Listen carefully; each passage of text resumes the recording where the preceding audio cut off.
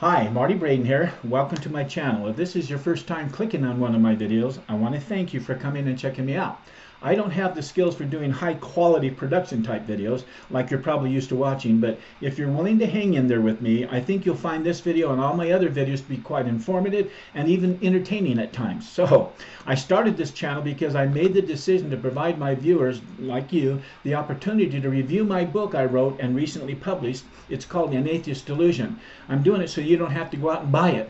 I try to keep all of my videos to around 15, maybe 20 minutes in length, but lately they've been a little longer due to the individual topics requiring a lot more commentary. As you probably know, Richard Dawkins is a world-renowned atheist who brought to the world a book called The God Delusion, where he gives a number of arguments to support his belief that God doesn't exist. My book gives arguments from my Latter-day Saint perspective that supports the belief that God does exist. The video you're watching right here is part 72 of my series. My last video was titled Out of the Mouth of Three Witnesses Shall Every Word Be Established. So I'm going to pick it up from there, and it's the next subtitle called The Argument from Admired Religious Scientists. So let's go right to that. Richard Dawkins introduces his next argument, the argument from admired religious scientists, by quoting Bertrand Russell. Bertrand Arthur William Russell, he lived from 1872 to 1970, was a British philosopher, logician, essayist, and social critic, best known for his work in mathematical logic and analytic philosophy. Bertrand's most influential contributions include the championing of logicism. That's the view that mathematics is in some important sense reducible to logic.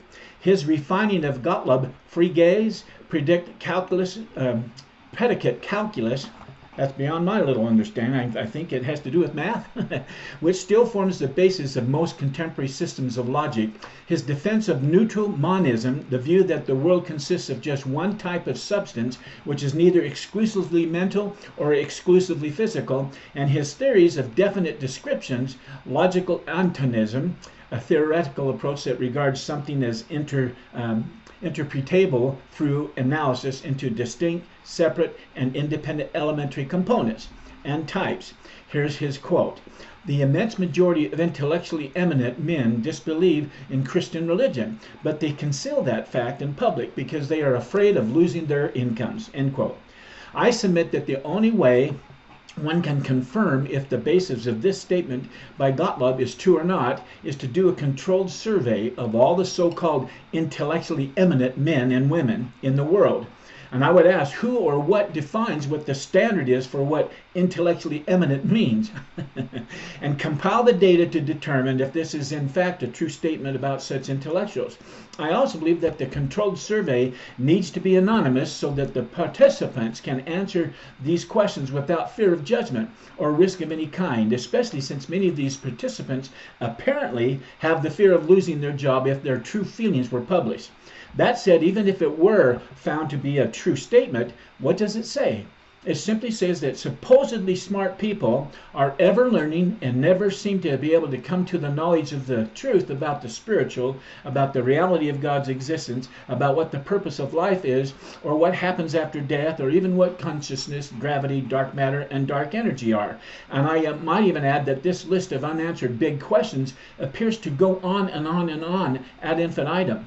It seems these big questions cannot be incontrovertibly proven one way or the other, scientifically or spiritually. And therefore the smartest person on down to the simple-minded like myself are left to weigh the data and arguments for and against the existence of God for ourselves. And after we do, we then must decide what to them, or to myself, or to you, is more than likely or more probable true, and what is more than likely or more probably false. That's the question. Okay, now, again, each of us are afforded the opportunity of using our own intellect, reason, and spiritual senses to choose, that's the knower, choose what we want to believe or what we want to disbelieve about the big questions of whether or not God exists. And if he does exist, wouldn't that mean that all the other big questions, such as is there life after death or what's the purpose of life, are answered too? Richard says the 19th century appears to be that period of time when there was less social and judicial pressure than in earlier centuries to profess religion, and more scientific support for abandoning it. I Boy, I shall concentrate mostly on scientists, he says, because for reasons that are perhaps not too hard to imagine, those who trot out the name of admired individuals as religious exemplars very commonly choose scientists, end quote. I come at this admired scientist topic a little bit different than Richard. I choose to trot out prophets, past and present. Let me substitute a word here and there from Richard's quote so I can make a point that I think is relevant to what we're talking about here.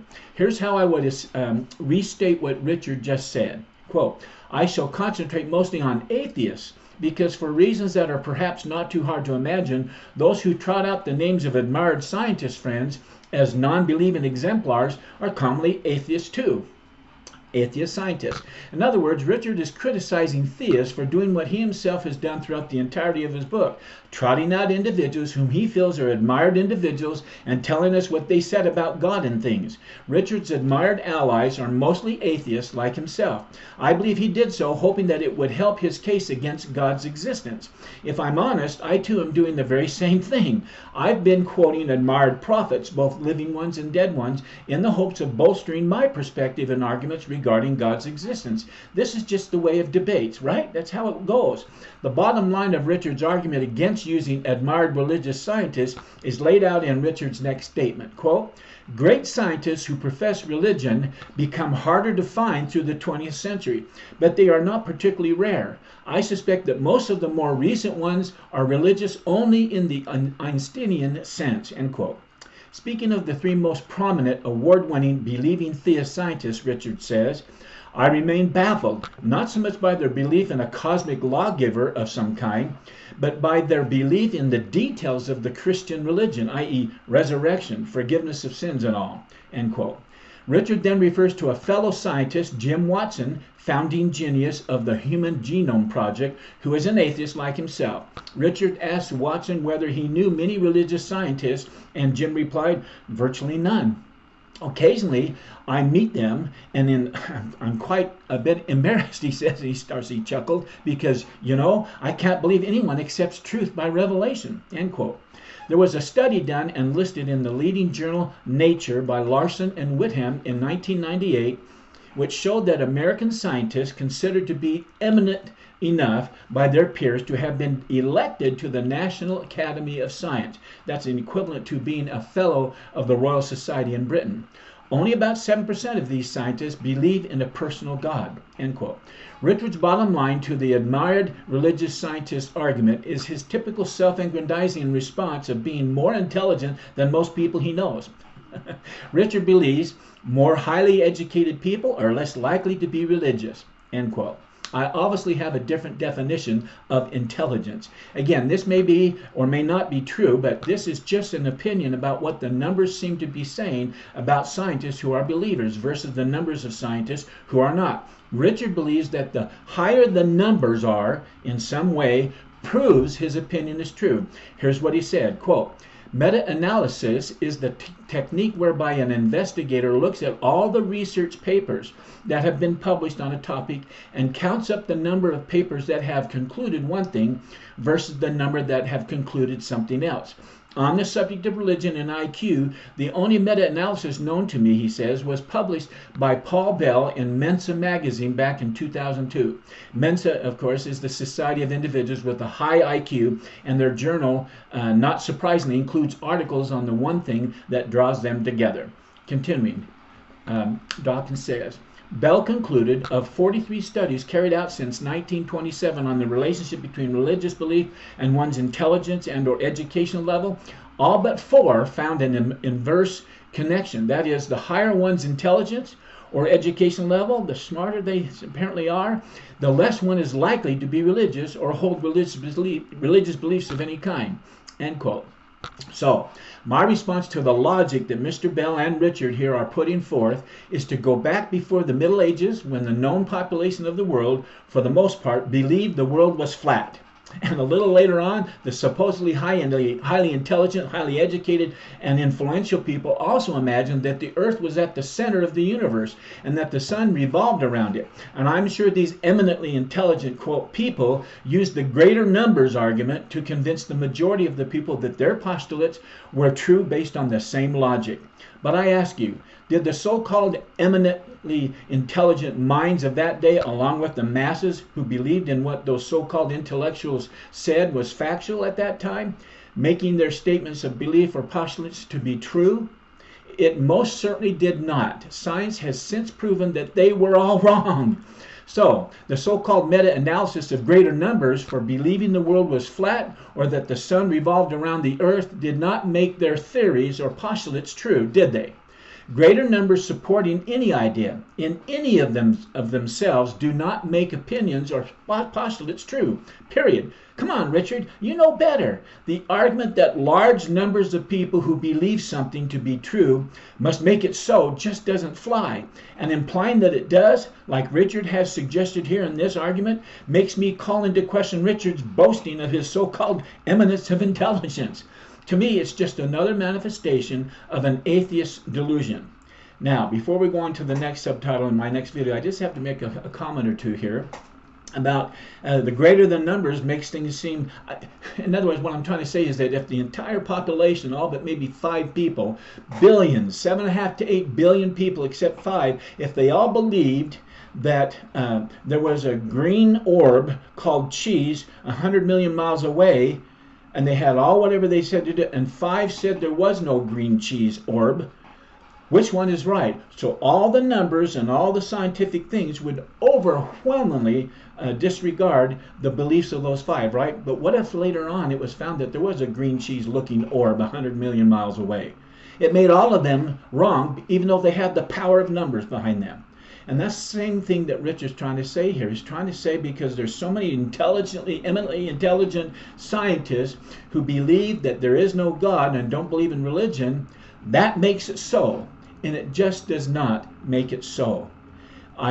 You can be 100 people who believe something that's wrong and try to convince people that they're right, and people will believe them that they're right, but it doesn't make them right. Well, let me tell you what makes it right. Truth. So the big challenge here for all of us, be it scientific or spiritual or otherwise, the big challenge is to come and find out for ourselves and determine what is truth. Like the leader back in Jerusalem's time when Jesus was set before him, he said, what is truth? Everybody throws up there, and what is truth? Is it subjective? Is it objective? We had a video on that. The truth is simply this: things as they were, things as they are now, and things as they're going to be. That's truth, the actual truth of the past, present, and future. But how to determine that? That's all our big challenge here. And the truth is, I do believe with all the evidence that I've come across, and then the obvious one is the Spirit of the Holy Ghost speaking to my knower, my center, my core, that God exists. That's truth that I believe will come to be proved out irrefutably in the years to come. And for those who have had the experiences that I've had, and there's millions of them, they know that it's true as well. That's things as they are. And it's the things as they were in Christ's time and even before Christ, and it's true going forward. It's just a matter of, can you connect to the principles of how to determine and be told and shown what truth is. The truth is, numbers does not make it so. But your comments and your thoughts, I'd love you to share them. Until next time, though, I want to wish you continued success. Goodbye.